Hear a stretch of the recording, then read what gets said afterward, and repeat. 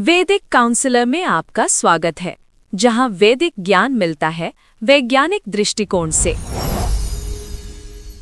नमस्कार। आज हम बात करेंगे एक ऐसे पेड़ की जिसे कहते हैं शोक रहित वृक्ष।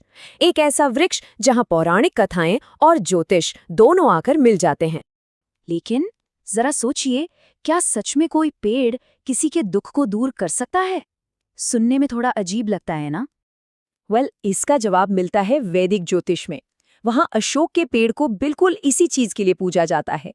आखिर इसका नाम ही है अशोक, यानी अशोक, जिसमें कोई शोक ना हो। तो चलिए सबसे पहले इस शोक रहित वृक्ष की कहानियों में चलते हैं, इसकी पौराणिक दुनिया को देखते हैं। जैसा मैंने कहा, नाम में ही सब कुछ है।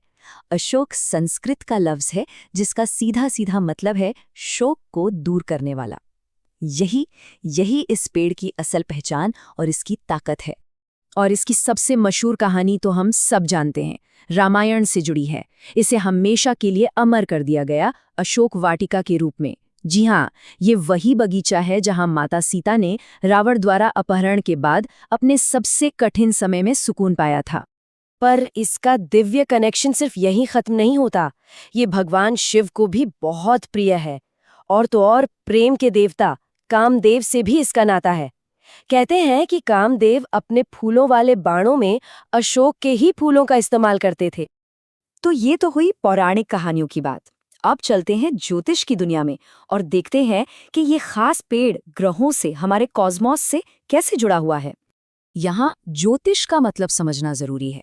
ये हमारी पारंपरिक हिंदू ज्योतिष प्रणाली है, जिसका सिद्धांत ये है कि ग्रह, तारे और यहाँ तक कि पवित्र पौधे, इन सब की एनर्जी एक दूसरे पर असर डालती है। ज्योतिष में अशोक के पेड़ की सबसे बड़ी, सबसे अनोखी खूबी पता है क्या है? इसका बैलेंस करने का प्रभाव। ये दो बिल्कुल अलग, एकदम ऑपोजिट एनर्जी वाले ग्रहों को कंट्रोल करता है। एक तरफ है चंद्र यानी मून, जो हमारे इमोशंस, शांति, हमारे मन को कंट्रोल करता है। और दूसरी तरफ है मंगल यानी मार्स, जो जोश, एनर्जी और हाँ, कभी-कभी कॉन्फ्लिक्ट का भी प्रतीक है। इसका सबसे गहरा रिश्ता है चंद्र से। देखिए, ज्योतिष में ना हर राशि का एक राशि वृक्ष होता है, मतलब एक ऐसा पेड़ जिसकी एनर्जी उस राशि के स्वामी ग्रह से मैच करती है। और अशोक का पेड़ कर्क राशि यानी कैंसर का राशि वृक्ष है, जिसका स्वामी चंद्रमा है। इसलिए ये हमारे इमोशनल अप्स एंड डाउन्स को शांत करने में काफी मददगार माना जाता है। अब आते हैं मंगल पर। आपने मंगल दोष के बारे में तो जरूर सुना होगा। बेसिकली ये ज्योतिष की एक ऐसी स्थिति है जब किसी की कुंडली में मंगल ग्रह एक खास जगह पर हो। ऐसा माना जाता है कि इससे नेचर में थोड़ी तेजी आ सकती है और रिश्तों में, खासकर शादी में, हार्मनी बिठाने में दिक्कत आ सकती है। और बस यहीं पर अशोक का पेड़ एक पावरफुल रेमेडी बनकर सामने आता है। उसकी जो शांत और ठंडी एनर्जी है ना, वो मंगल के उस गर्म प्रभाव को कम करती है। इससे मंगल दोष शांत होता है और रिश्तों में बेहतर तालमेल बनता है।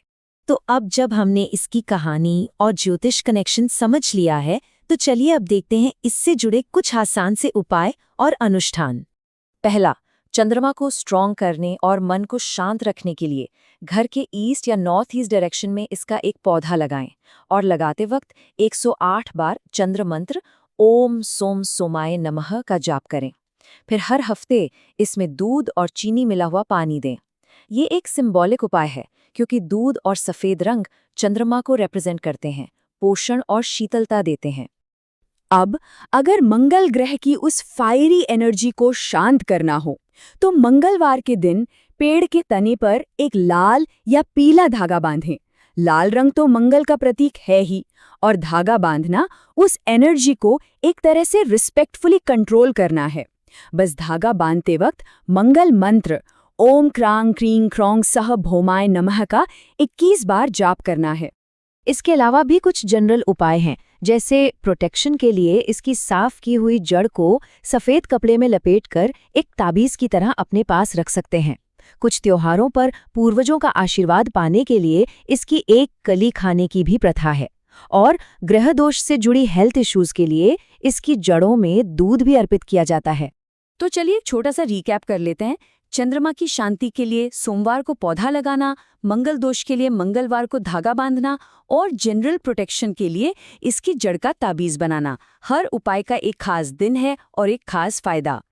आखिर में आइए इस वृक्ष के गहरे स्पिरिचुअल मतलब को समझते हैं कि कैसे ये हमारी जिंदगी में सच में एक शांति की छाया ला सकता है। स्पिरिचुअली ऐसा माना जाता है कि ये पेड़ हमारे दुख को अब्जॉर्ब कर लेता है और हमारे हार्ट चक्रा और क्राउन चक्रा को करुणा और डिवाइन ग्रेस के साथ अलाइन करता है, यानी एक लाइन में लाता है। तो ये सिर्फ एक पेड़ नहीं है, ये एक स्पिरिचुअल टूल है। और ये चीज़ हमें आज के दौर के लिए एक बहुत गहरी बात याद दिलाती है कि चिंता के इस युग में ये शोक रहित पहरेदार हमें याद दिलाता है कि ग्रहों का सच्चा संतुलन एक पवित्र बीज से ही शुरू होता है। और ये बात हमें एक बहुत बड़े सवाल पर लाकर छोड़ देती है, क्या आज के दौर की शांति की चाबी इस पुराने प्राचीन ज्ञान में छिपी हो सकती है? वीडियो पसंद आया हो तो चैनल वैदिक काउंसलर को सब्सक्राइब जरूर करें। और अगर आपको चाहिए व्यक्तिगत ज्योतिष परामर्श, कुंडली विश्लेषण या वास्तु परामर्श तो व्हाट्सएप करें 9219539215 या विजिट करें www.vediccounselor.com। धन्यवाद।